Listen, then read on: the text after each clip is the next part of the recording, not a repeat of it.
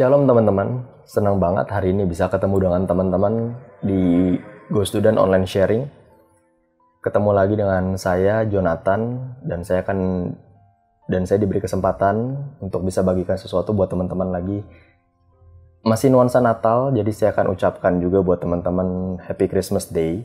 Semoga teman-teman dengan keluarga, kerabat, teman atau sahabat bisa merayakan damai Kristus bersama-sama secara lebih intim. Ya, supaya kita bisa share satu sama lain kebaikan Tuhan meskipun di tengah-tengah pandemi. Ya, teman-teman bisa lebih care bersama keluarga teman-teman, dengan kerabat dan orang-orang di sekitar teman-teman.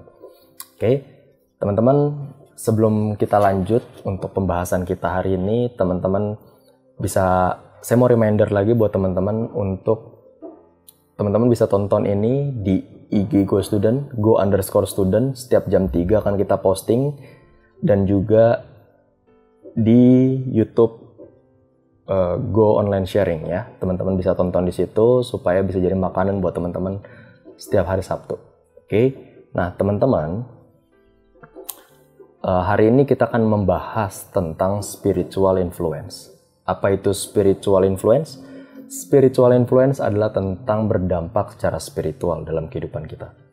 Ya, teman-teman harus tahu ketika Tuhan memilih kita, Tuhan bukan cuma sekedar pilih kita dan menebus kita, tapi juga Dia ingin punya set goal dalam kehidupan kita. Dia memberikan tanggung jawab, Dia memberikan pekerjaan buat setiap kita supaya kita dalam hidup ini nggak cuma leha-leha, tapi juga punya tujuan hidup yang jelas. Ya, dan kita akan belajar dari Saulus bagaimana dia mengalami perjumpaan dengan Tuhan dan Tuhan memberikan set goal dalam kehidupannya dia.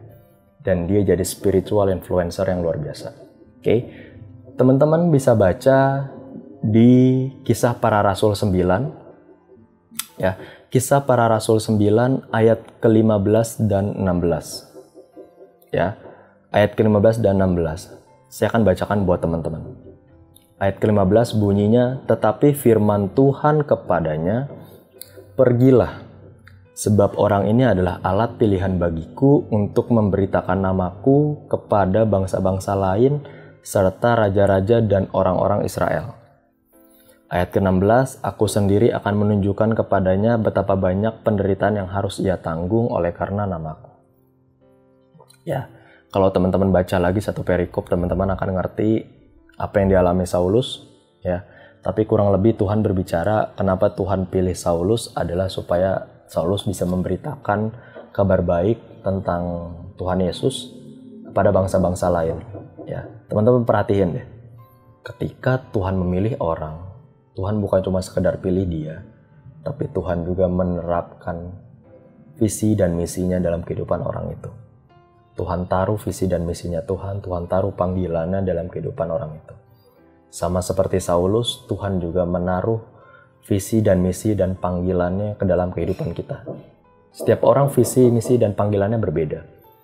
Tapi kurang lebih core-nya sama, yaitu untuk memberitakan nama Tuhan Yesus kepada banyak orang. Ya. Nah, apa sih korelasinya antara kehidupan Paulus dengan kehidupan kita?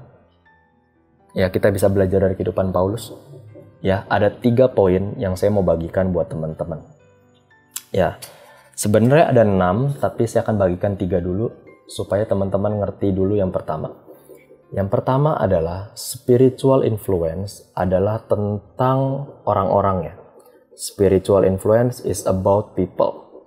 Teman-teman harus ngerti bahwa berdampak secara spiritual selalu berbicara tentang orang-orangnya, tentang manusianya. Tidak berbicara tentang kondisi gerejanya, tidak berbicara tentang gedung, acara, dan fasilitas. Itu pendukung, tapi yang jadi core-nya adalah manusianya. Ya, kalau kita berbicara tentang manusianya, berarti kita berbicara tentang pemuritan. Sama seperti core gereja kita, yaitu spirit of discipleship. Kita harus mau dimuridkan dan memuridkan orang lain, sehingga menghasilkan karakter yang seperti Kristus. Teman-teman jangan sampai lupa di tahun 2021 nanti kita harus tetap punya core seperti ini, yaitu mau dimuridkan dan memuridkan.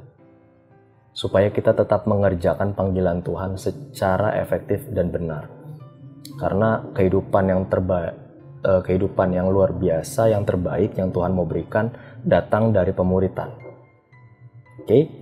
Itu yang pertama, spiritual influence is about people. Yang kedua, spiritual influence is about life.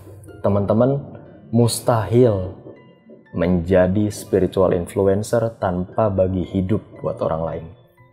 Teman-teman harus belajar bagi hidup teman-teman. Bagi apa aja? Waktu, tenaga, pikiran, bahkan mungkin uang. Karena dalam pemuritan kita harus total bagi hidup. Ya, spiritual influence adalah tentang membagi hidup teman-teman. Mustahil berdampak buat orang lain kalau kita tidak belajar bagi hidup. Ya. Ini akan sangat menyulitkan, tapi ini justru yang Tuhan mau. Ya. Ini juga salah satu cara kita menyalipkan kedagingan kita, yaitu tentang bagi hidup. Kita tidak berbicara melulu tentang diri kita sendiri, tapi kita berbicara tentang kemuliaan Tuhan di kehidupan orang lain. Oke. Yang ketiga, spiritual influence adalah tentang prioritas. Ya, kalau kita belajar mengatur kehidupan kita dengan sangat baik, set manajemen kehidupan kita dengan sebaik, lifestyle kita, cara kita hidup, kalau kita punya pengaturan yang benar, prioritas apa yang kita dulukan, secara tidak langsung kita pasti akan berdampak buat orang lain.